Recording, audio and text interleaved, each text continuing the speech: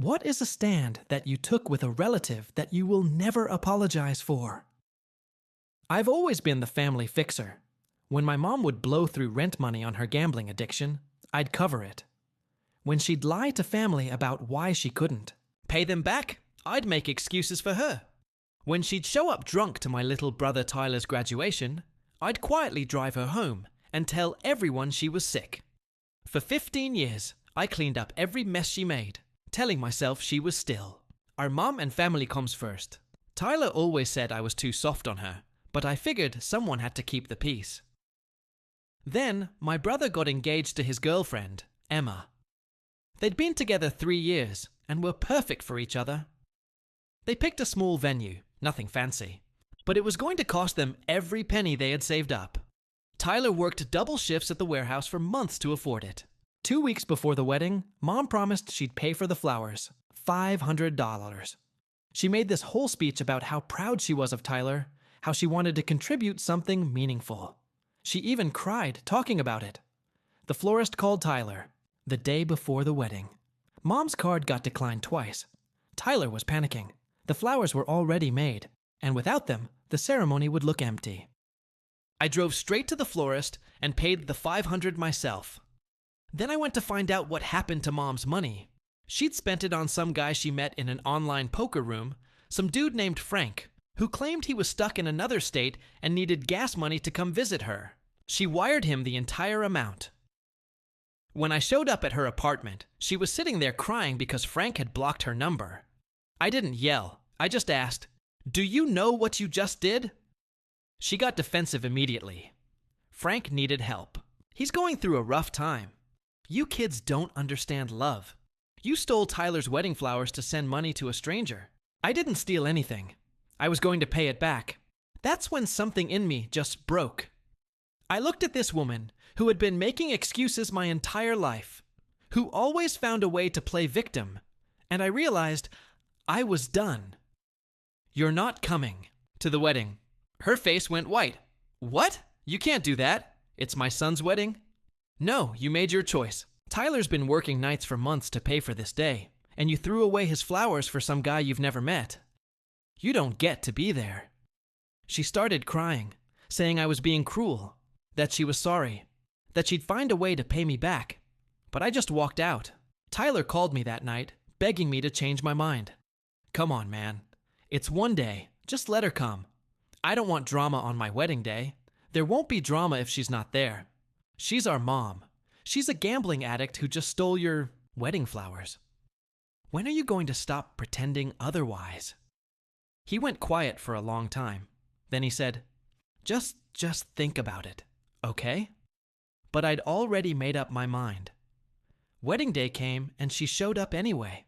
Tyler didn't have the guts to turn her away at the door. She walked in wearing this bright red dress that screamed, "Look at me!" and immediately started telling everyone how I'd banned her from her own son's wedding because I was jealous of her relationship with Tyler. I watched her work the room, playing victim, getting sympathy from aunts and cousins who didn't know the whole story. Tyler didn't say a word to defend me, not once.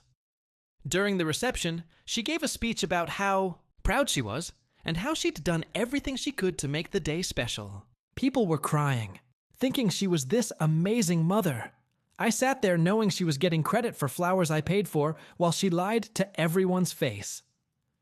After the wedding, Tyler called me. "Okay, you made your point. Can we just move past this now?" "No." "What do you mean no? You let her lie to everyone. You let her take credit for something I paid for. You chose her version of events over the truth." "She's family, man. I can't just cut her off, and I can't keep pretending this is normal. I'm done covering for her lies, and I'm done with family members who enable them." Tyler got angry then. "So, you're choosing to destroy the family over flowers. I'm choosing truth over peace. And if you can't see the difference, that's on you." He hung up. That was 8 months ago. I've always been the family fixer, covering my mom's gambling debts, making excuses for her lies, and cleaning up her messes.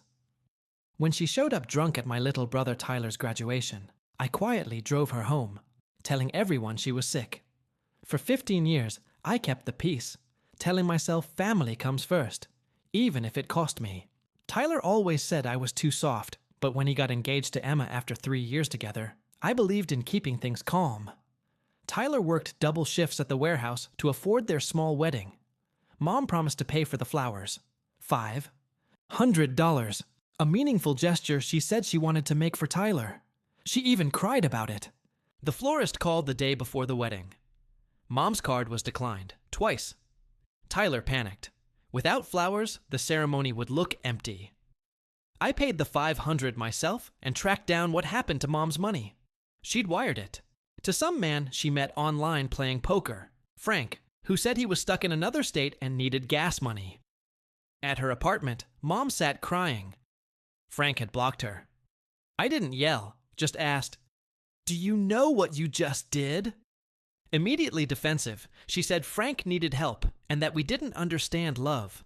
But I saw the truth. She had stolen Tyler's wedding flowers to send money to a stranger. I told her she wasn't coming to the wedding. Her face went white. "You can't do that. It's my son's wedding." But I stood firm. Tyler had been working nights to pay for this day, and Mom had thrown away his flowers for a man she never met.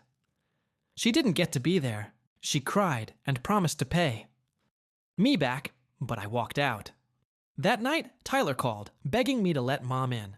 "It's one day. Don't cause drama on my wedding day." I told him no. "She's a gambling addict who stole your flowers. When will you stop pretending otherwise?" He was silent, then said, "Just think about it." The wedding day came, and Mom showed up anyway. Tyler couldn't turn her away. She wore a bright red dress, demanding attention, while telling everyone I banned her because I was jealous of her relationship with Tyler. She played victim, winning sympathy from relatives who didn't know the truth. Tyler said nothing on my behalf. During the reception, Mom gave a speech about how proud she was and how she'd made the day special. Guests cried, seeing her as a wonderful mother, unaware I'd paid for the flowers she ruined. After the wedding, Tyler called. "Okay, you made your point. Can we move on?" "No," I said. "You let her lie and take credit for what I paid. You chose her story over the truth." He got angry. "So, you're choosing to destroy the family over flowers?" I replied, "I'm choosing truth over peace. If you can't see the difference, that's on you." He hung up. It's been 8 months. Story 2. She announced, "Spent your mom's cancer treatment fund. She was dying anyway." I said, "Actually, she's in remission." Then I had her arrested for elder abuse. She got 10 years. I'm writing this a week after my life was cleaved in two, the before and the after. The before was a life of anxious hope of watching the woman I loved, my mother, fight a battle against stage 4 ovarian cancer. The after is a cold, quiet landscape of betrayal and methodical justice. For 2 years, our world has revolved around oncology appointments, chemotherapy cycles, and the terrifying quarterly PET scans. My father passed away 5 years ago, leaving behind a modest life insurance policy. I took that money, added a significant portion of my own savings, and created what we called the Lifeline Fund. It was a joint savings account holding just over $150,000. It was untouchable, sacred money, earmarked for anything. Insurance wouldn't cover experimental treatments, specialized home care, alternative therapies, anything that might give my mom Eleanor another month, another year. My girlfriend of 4 years, Megan, was my rock through it all.